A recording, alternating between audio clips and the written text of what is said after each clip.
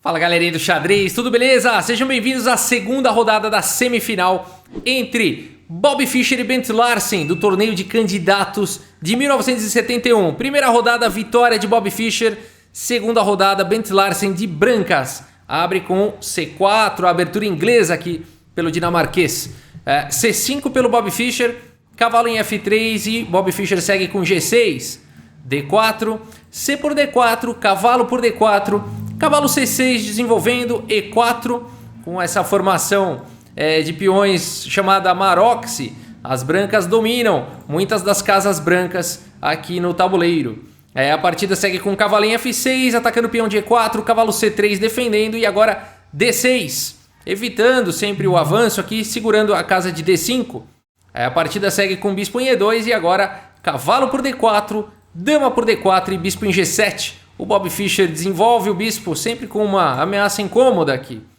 Bispo em G5 foi jogado e agora H6, atacando o bispo. O bispo volta para E3 e agora simplesmente roque aqui pelo Bobby Fischer. A dama volta para D2, não dá para deixar essa dama sempre aí na mira do bispo do Bobby Fischer. Então com essa manobra o Bobby Fischer ganhou um tempo, né? Com essa história de cavalo por D4, né? Dama por D4 e bispo em G7. Ganhou um tempo porque agora o Bent Larsen, incomodado, faz o lance dama D2. Agora o peão de H6 virou alvo, rei H7 protegendo e roque finalmente aqui pelo Bent Larsen. E bispo em E6, né? Não é a primeira vez que o Bobby Fischer faz esse tipo de manobra com o bispo em E6 na frente do peão. A gente viu isso também nas quartas de final contra Taimanov. Nossa, deu um branco. Contra o Taimanov. E agora a partida segue então com F4 aqui pelo Bent Larsen, torre em C8, pressionando o peão de C4, B3 protegendo e dama em A5. Então a dama aí conectando as torres, colocando uma cravada aqui no cavalo, também segurando a quarta horizontal das negras. A partida segue com A3, agora A6, F5, o Bent Larsen vai avançando aí com o seu peão na ala do rei, bispo em D7 e agora B4 também, atacando a dama. A dama vem para E5, olha que dama corajosa aqui do Bobby Fischer, parece que ela vai ficando sem casas aí. Torre de A em E1 pelo Bent Larsen e aqui tranquilamente o Bobby Fischer faz o lance bispo C6 e agora ele leva o lance bispo F4 aqui pelo Bent Larsen. E eu te pergunto, para onde jogar essa dama? Vamos dar uma olhada? Aqui em E6 não pode, ó, peão não deixa. Aqui não pode, peão não deixa, peão não deixa, peão não deixa, peão não deixa. Não dá para jogar. Aqui a dama não deixa. Aqui tá protegido. Aqui tá protegido. Ou seja, não tem para onde Bobby Fischer jogar a sua dama. Mas ele já sabia de tudo isso e ele continua tranquilamente com o lance cavalo por E4, contra-atacando agora a dama do Bent Larsen. A partida segue com cavalo por E4 e dama por E4. Agora a dama do Bobby Fischer está salva. Bispo em D3, mais uma vez incomodando. Aí a dama só sobrou uma casa aqui, que é a dama D4 aqui, cheque. Rei em H1. E agora melhorando a posição da torre aqui com torre de C em E8. Bispo em E3, mais uma vez perseguindo a dama aí do Bobby Fischer. O Bobby Fischer faz o lance dama em C3 e o Bent Larsen vai para uma continuação bem interessante aqui com o lance bispo por H6. Olha que legal, tentando desviar aqui o defensor da dama, né, do Bobby Fischer. Então a partida segue com dama por D2 e agora o bispo volta, bispo por D2 e com isso o Bent Larsen recupera aí o seu peão. Bispo em E5, com essa manobra o Bobby Fischer já parte para o próximo alvo aqui da posição. Certamente ele quer jogar com a torre lá em H e pressionar o peão de H2. O Bent Larsen sabe disso, ele joga o bispo em F4, propõe simplesmente a troca dos bispos. Bispo por F4, torre por F4, G por F5 e olha que lance corajoso, o rei do Bobby Fischer no meio dessas torres e desse bispo aí totalmente exposto. A partida segue com torre por F5 e aqui rei em G7, saindo dessa diagonal crítica. Torre G5 cheque e agora rei H6 atacando a torre. H4 protegendo e aqui E6 pelo Bobby Fischer. Torre em F1 e agora na hora certa o lance F5, não dando espaço para as peças do Bent Larsen entrarem na posição. Torre E1 e agora torre em F7. B5 aqui pelo Bent Larsen, atacando agora na ala da dama. A por B5, C por B5 e o bispo recua aqui para D7. Tudo sob controle, né? O Bobby Fischer tendo que achar recursos, conseguiu se defender bem até agora. A partida segue com G4, o Bent Larsen mais uma vez tentando abrir aí a posição e atacar o rei do Bobby Fischer. E o Bobby Fischer faz um lance curioso nessa posição, o lance torre A8. O que será que ele tem em mente? Porque agora a partida segue com G por F5, E por F5 e bispo C4. A posição do Bobby Fischer é complicadíssima, porque se a torre aqui do Bobby Fischer largar essa segunda horizontal das negras, a torre do Bent Larsen está chegando aqui na sétima horizontal com força. É um ataque muito perigoso. Se jogar a torre G7, por exemplo, exatamente troca tudo. A torre entra na sétima e ainda cai o bispo. Não dá para jogar a torre G7, não dá para jogar a torre E7. Não dá para jogar torre em H7, também não foi o lance jogado, mas se tivesse jogado torre em H7, simplesmente torre D1. E olha só, não tem como proteger aqui o peão com forte entrada, né? Ameaças terríveis aí, inclusive de checkmate e tudo mais.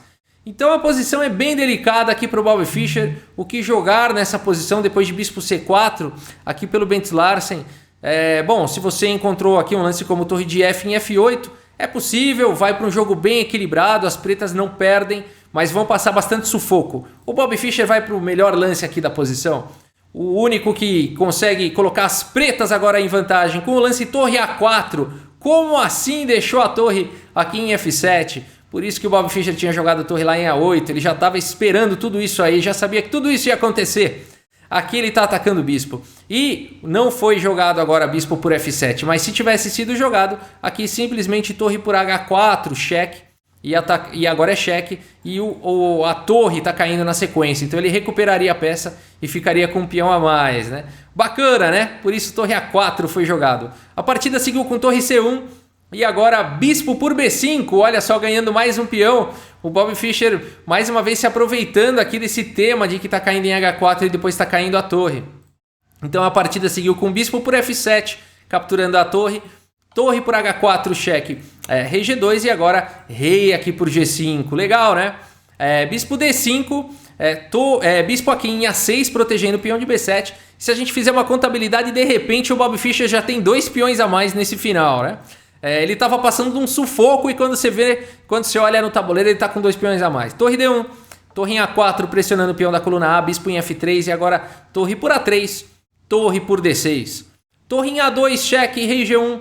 Rei em F4, veja a posição, mais uma vez, a gente viu isso também nas quartas de final, o rei do Bobby Fischer mais ativo do que o rei do adversário.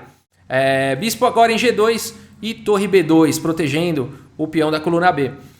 Torre D7, atacando o peão e agora B6, colocando o peão em proteção.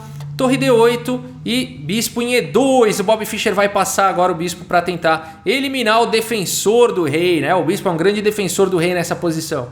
O Bobby Fischer vai querer trocar. Bispo em H3 aqui pelo Bent Larsen, bispo G4, vamos trocar? Bispo F1, não vou trocar não.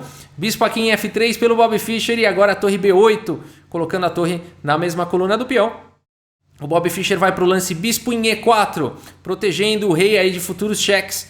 Bispo em A6, o Bent Larsen mantém o bispo nessa diagonal, impedindo o avanço do peão do Bobby Fischer. No entanto, agora rei E3, o que esse cara tá querendo, né? Então, olha só que legal, o Bobby Fischer colocou o bispo em E4, de forma que o rei não fosse levar cheques quando ele jogasse o rei em E3. E aqui o Bobby Fischer tá armando uma rede de checkmate. A partida seguiu com torre C8 e agora torre B1 cheque. Vejam que o rei aqui em E3 tira a casa de F2, o bispo tira as casas claras, só sobrou H2.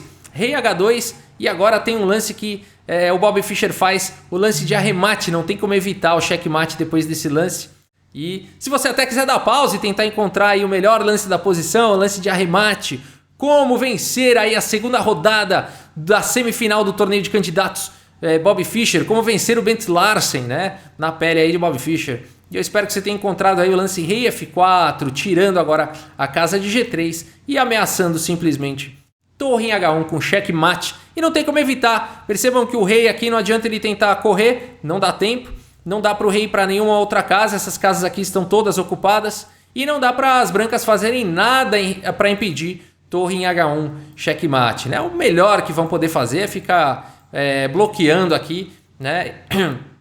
E, Rafael, mas aí pode ter alguma ideia de afogamento, hein? Vamos ver, torre C1, né? É que tem rei H3, pessoal, não tem afogamento porque tem rei H3, né?